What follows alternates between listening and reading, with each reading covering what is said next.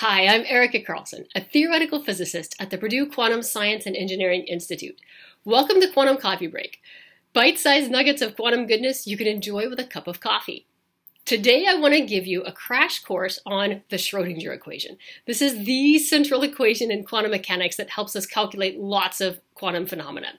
So here it is, H psi equals E psi. Put a box around that, that's the Schrödinger equation. H is the Hamiltonian, and it's an operator. I'll tell you what that means in just a minute, but it's going to give us the energy, all right? Psi is the wave function of the particle, and the wave function has a few interesting properties. So one is that the shape of the wave function tells you everything about what the particle is doing.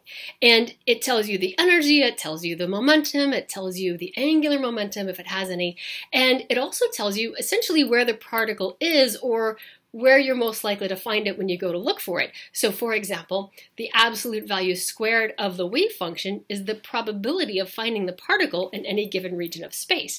Now, because it's a probability, if you're talking about a single particle wave function, that means when you integrate that probability over all space, you better get a 100% chance of finding the particle somewhere. So we write that down mathematically as integral magnitude of psi squared over all space equals 1. Psi itself is a complex valued function, meaning it can involve imaginary numbers as well as real numbers. Now on the right-hand side of this equation, we have E psi. E is a real number and it's the energy. So it's going to be something like 5 joules or 13 electron volts. Now, that's it. That's the Schrödinger equation, but let's unpack the pieces and see what they're all about. The Hamiltonian, because it's related to the energy, needs to have some kinetic energy piece as well as some potential energy piece. So we'll write Ke plus Pe for kinetic energy plus potential energy.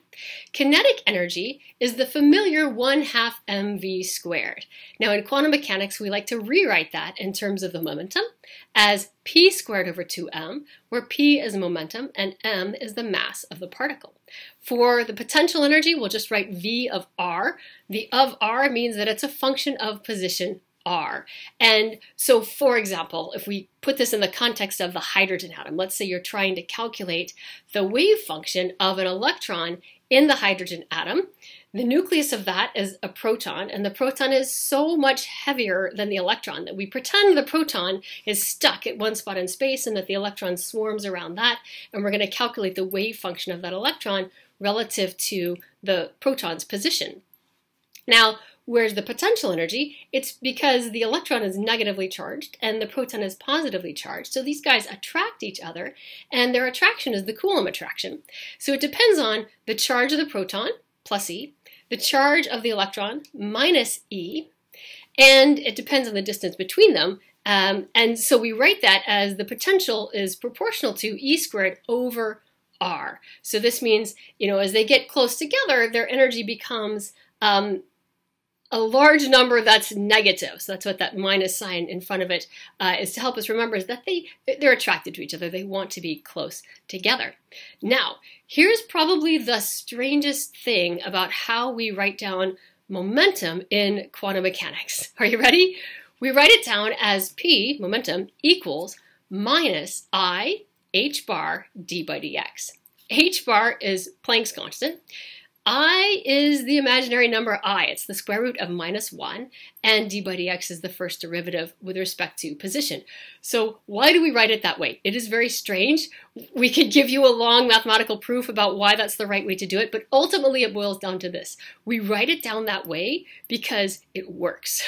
Okay, so take it as that for right now. We write it down that way because it works. So now let me put that into what we have so far for the Schrödinger equation in the context of, say, the hydrogen atom.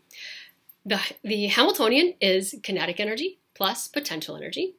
Our kinetic energy we'll write now as P squared over 2m equals minus h bar squared over 2m d squared by dx squared plus the potential energy. Let me just write that as V of R. We'll keep it general. It could apply to something other than the hydrogen atom, for example. Maybe you have a particle in a well, that sort of thing. So to solve the Schrödinger equation, here's what that means. You take the left-hand side of this equation. Now, on the left-hand side, that Hamiltonian, you'll see, isn't just a number. It's what we call an operator because it involves derivatives because of the strange way that the momentum gets expressed in quantum mechanics. So here's what you do. You calculate the left-hand side, which means you'll let that second derivative operate on the wave function psi. Look at what you get back, and if you happen to get the exact same wave function times a number, a single number, then you say you have solved the Schrödinger equation.